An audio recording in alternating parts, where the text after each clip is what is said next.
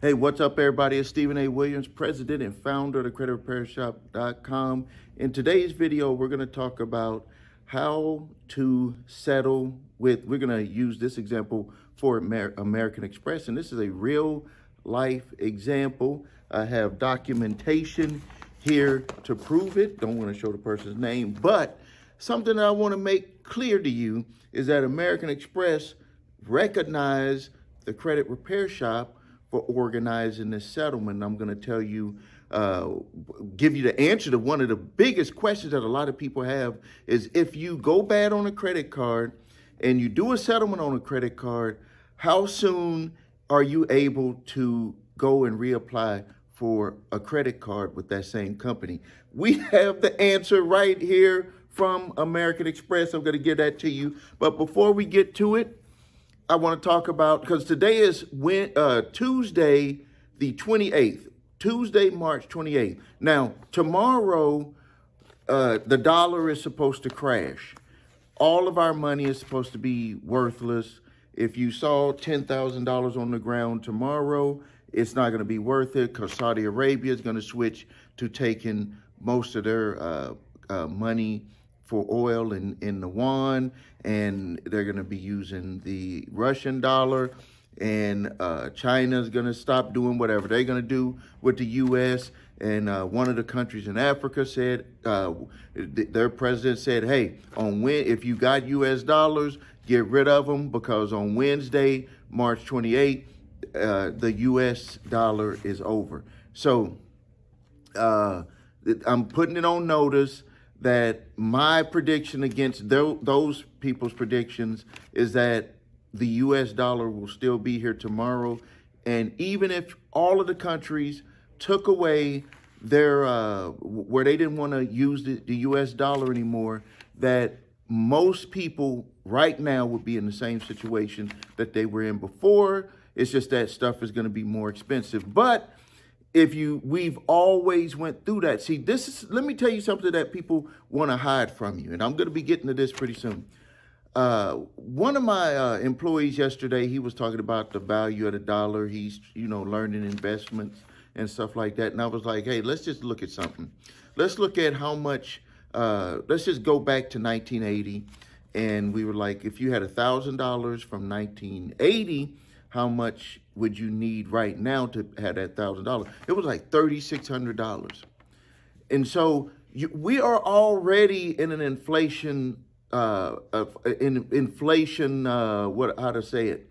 We experience inflation even without the high rate of inflation that we've been seeing this year. And so then, so I was like, no matter what, you're going to have to figure out ways to bring in more income, no matter what. That's just the way it is. It's always been that way. And if you go further, before all of this stuff started happening and you went into the 1800s, you would still have the same situation. See, the thing is that people never live where they're at, like in their own mind. They're always either way out in the future, and the reason why people go way out in the future with their thinking is because they're never going to get there. And when they get there, they're going to be out even more because they don't want to do nothing right now. Or they're thinking way back in the past, I wish it could be that way again and all that stuff. And they do that because they don't want to make any decisions on doing stuff right now. Another point that I made to him is that, okay, so I actually have friends, and I'm pretty sure some of you do. I have friends that are from other countries. I have a friend that his name is Mr. Kubicki, and he passed away now, but I used to have conversations with him before. I used to lease one of his office spaces years ago. And one of the things that he would always mentor me on stuff with business. And I would ask him questions about, so how is it in Russia? Like about the money and all of that stuff. And he'd be like, people make the money here, they take it over there and they have more money. But one thing that he did make clear to me is he was like, a lot of Russians live right there and they get rich there with their money, with the system that they have in place. And I was like, well, how are they able to eat, like, the thoughts? He was like, you got to no matter where you're at, no matter what country you're in, no matter what's your situation, you have to have your thoughts have to be directed the right way. A lot of people, they don't think about how to build wealth. They dream and wish about how to build wealth. That, you know, they have all of these things in their mind about how it's supposed to be, but they're looking at somebody else and they're thinking that they're going to match and do the same thing exactly like that person, when it's not going to be done exactly like that person. It's good to follow the steps of someone, but you're always eventually going to have to put your own recipe, your own stamp, your own story on your success. So now let's get right into it. And so we'll be making a video tomorrow, and maybe we'll have to be exchanging money with some other type of currency. So I have a letter here from American Express, and it has the client's name, and it says care of the credit repair shop, has our address and everything on it. And it says that our records indicate that you have completed your settlement arrangement and resolved the outstanding balance on your account referenced above. And it says here, this is the big answer to a lot of people's questions. It says right here, from the company, if you intend to apply for a new American Express card, we request that you allow 35 days from the date of your final payment was received before submitting an application. So yes, even if you messed up with American Express, we don't want to speak for the other companies, but from what I've seen with other companies, it's about a 2-month process or 3-month process, depending on which card it was, that you can reapply with the same company because they want to do business with people.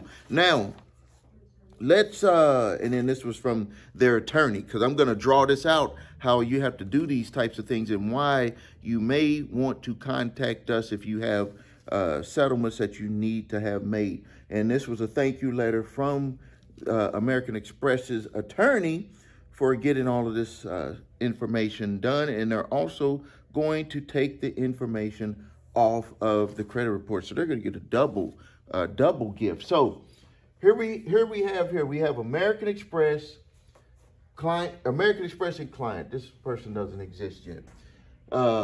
Person has some financial hardship. American Express, hey, we want to get our money, but if you don't know this, American Express is one of the credit card providers who will hire an attorney, like on this paper right here, to go and get our money. That's what they're saying. We want to hire you. We're going to pay you.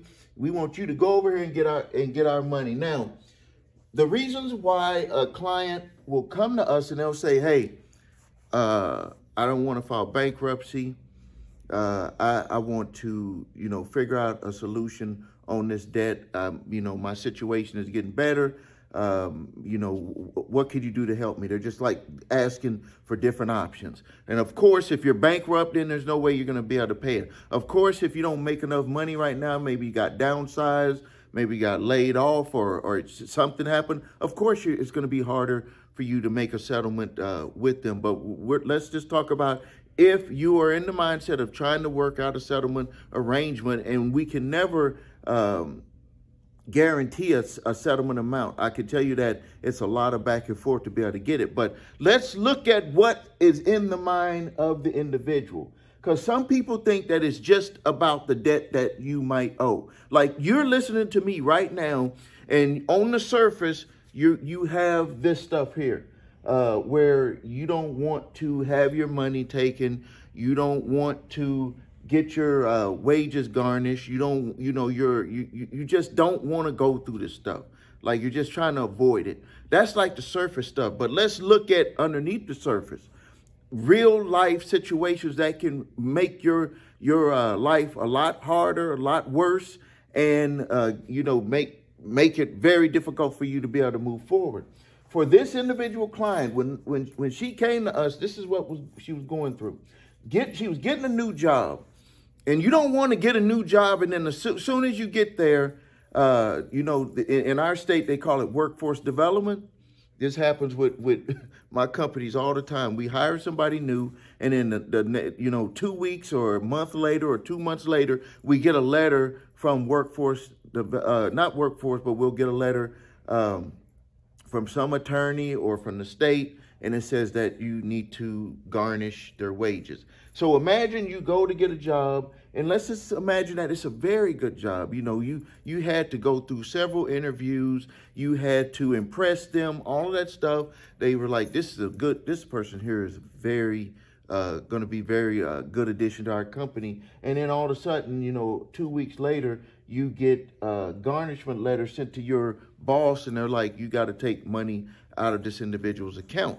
So you could see why this individual was very motivated, because she was going to get a new job, and she does not want to have some sort of issue come up where it's like, okay, yeah, she's good here, this is what she said here, but we got this garnishment notice that we got to start taking money out of their check.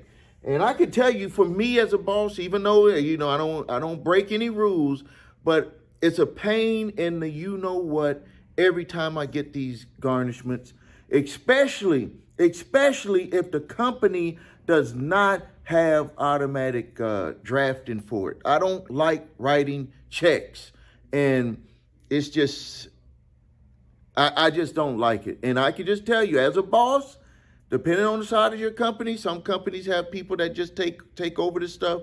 I sign off on all of that, so I know every garnishment or every order that is being done, even though I don't have to do the processing of it.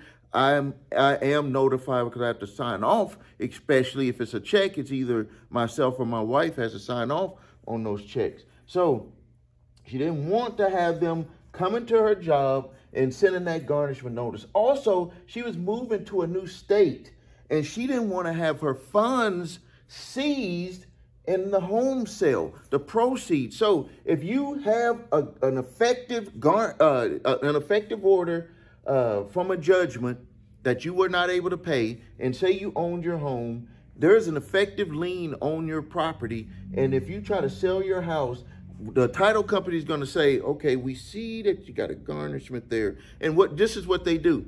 They're going to call up that creditor and say, hey, you know, this house is about to sell. Is this garnishment satisfied? I mean, is this judgment satisfied? They're going to say no, and they're going to be like, okay, well, they're going to sell the house. They owe you $10,000, and they're going to make $20,000 profit from the house. So we'll just send that $10,000 over to you to pay that. And it's like, no, I want to avoid that. And so when she came to us, we said, we have a solution to avoid this. So don't worry, you're going to be able to keep your money. That was like, you know, it was just like her attitude was like night and day when that happened. Not to say that it still wasn't a little bit of push and pull to be able to get her to follow through with it. But when you're going to lose a substantial amount of your money if you sell your house and they have a judgment against you, it would make you more motivated to follow through on that. And then the next thing that people sometimes they just overlook is that the worry, anxiety, and frustration.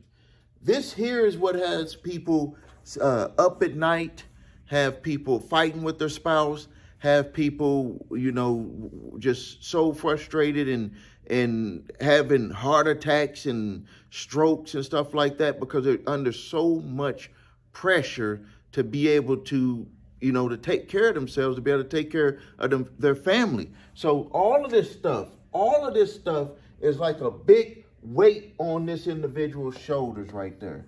And so what we do is we come and step in. Here is us, the credit repair shop. So let's use mine. Everyone knows my colors with the credit repair shop. So we come in and because if you don't do nothing, this is what they're going to do, is that they're going to come and they're going to put more of this pressure on you. They're going to try to seek out what your situation is because they don't know. All they've been told is, hey, by American Express, go get our money from this individual. Go get our money. Let's just say that it's $10,000.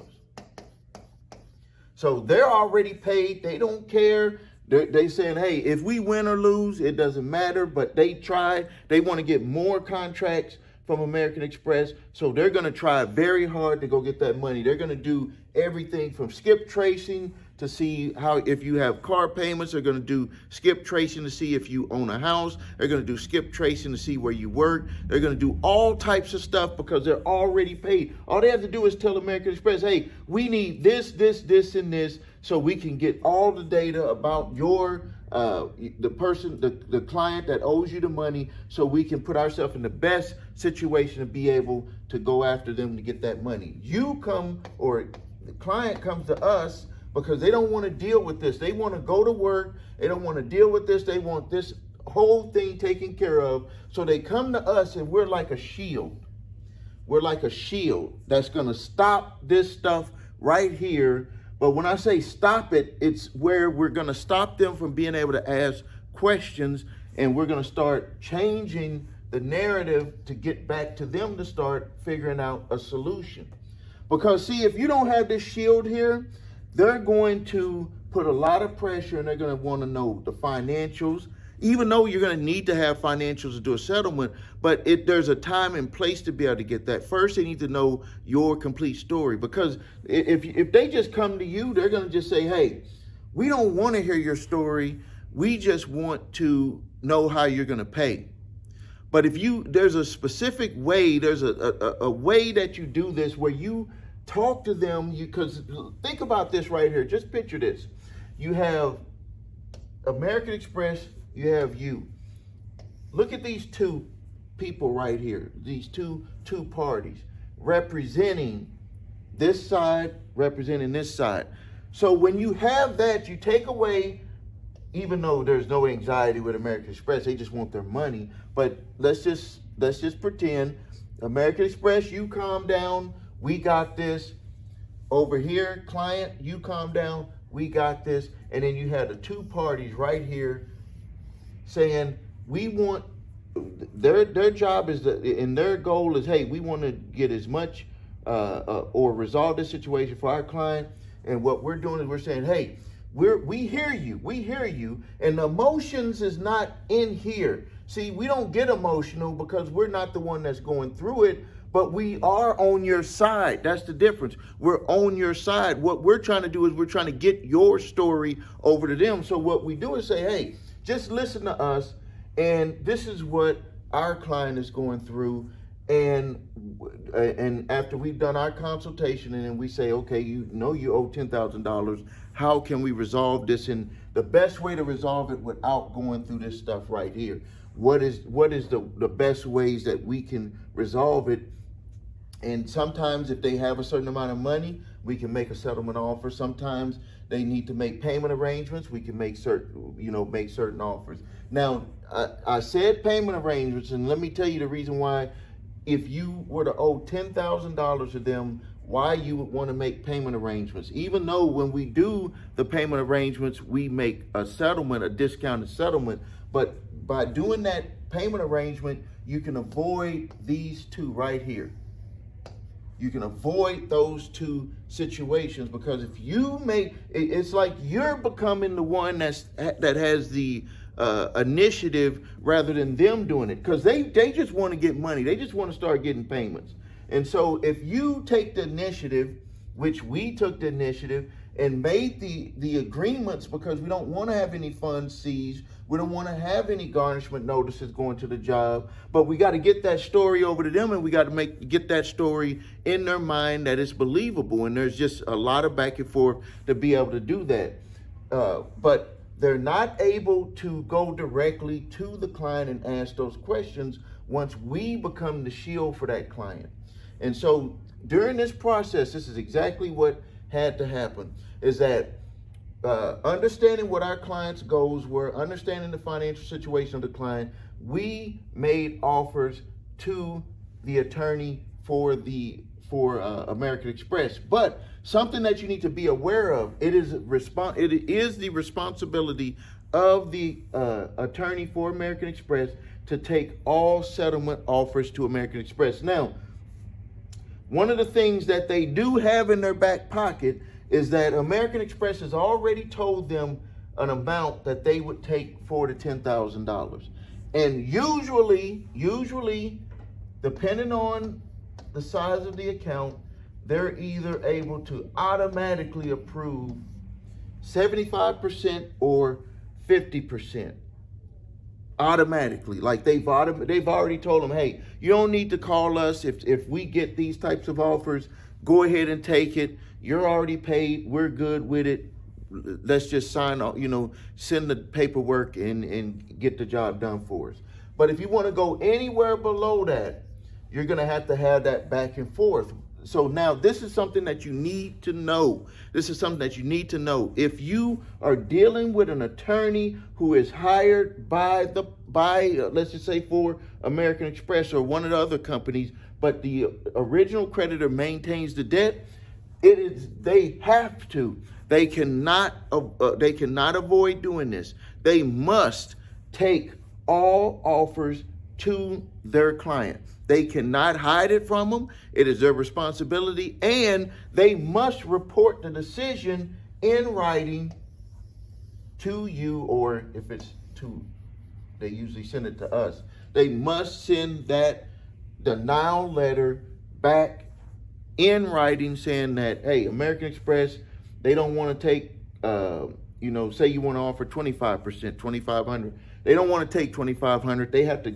send that to you in writing. A lot of the attorneys try to avoid that. They try to pretend like, hey, they're not going to authorize it, this and that. It doesn't matter what they say. They have to, by law, they have to take that and get that decision from their client and get that back over to you. They have to do that. So now we know the whole process here. This is the whole process. So let's review it real quick. This is you, or this is the client. You first figure out your situation. What is your ultimate goal? To settle the debt, because maybe you have some money, or if you don't want to have them contacting your job. You don't want any garnishment orders. You don't want any judgments. You want to be able to avoid all of that stuff.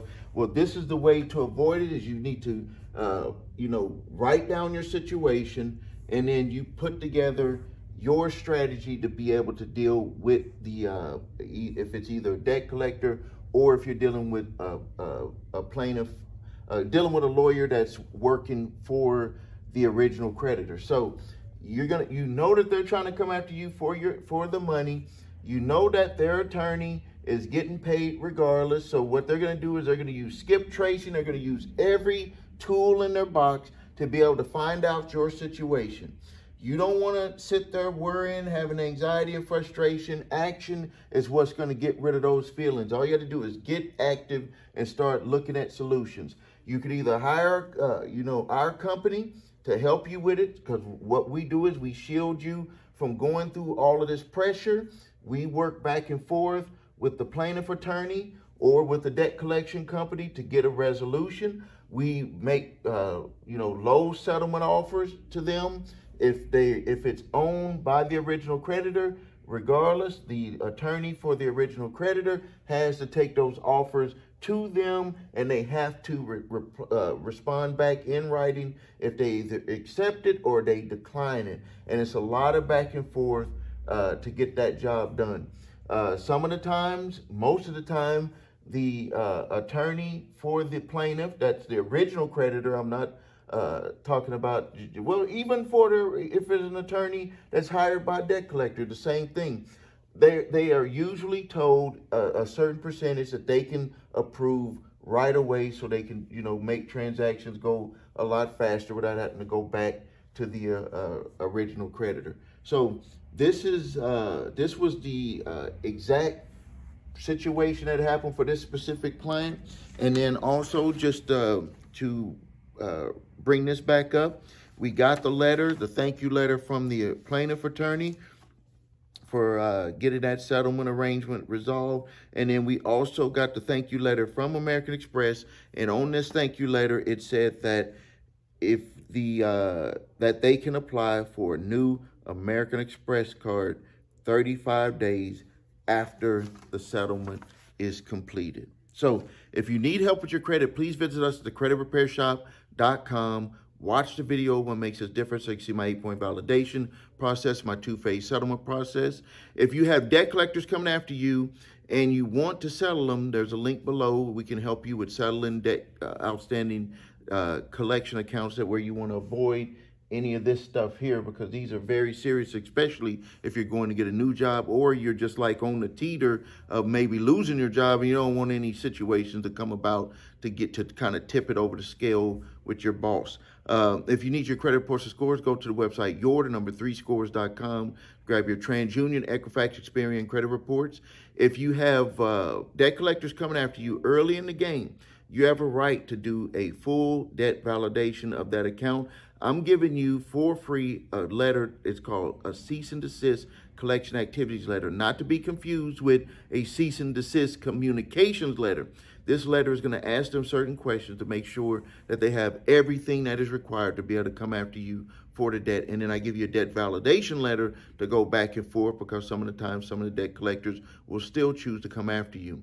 And I'll also give you a statute of limitations letter, because some debts are past the legal statute of limitations to be able to collect. And we just got a letter, I'm going to be posting this on our website, from a debt collector who was trying to sue an individual. And then we were like, you know, we looked at this, we looked at the credit reports, and it states that this was the date that this was the final charge off. And they sent the letter saying, oh, we're sorry, we didn't know, we apologize, we will cease collection activities because this debt is past the legal statute of limitations to collect.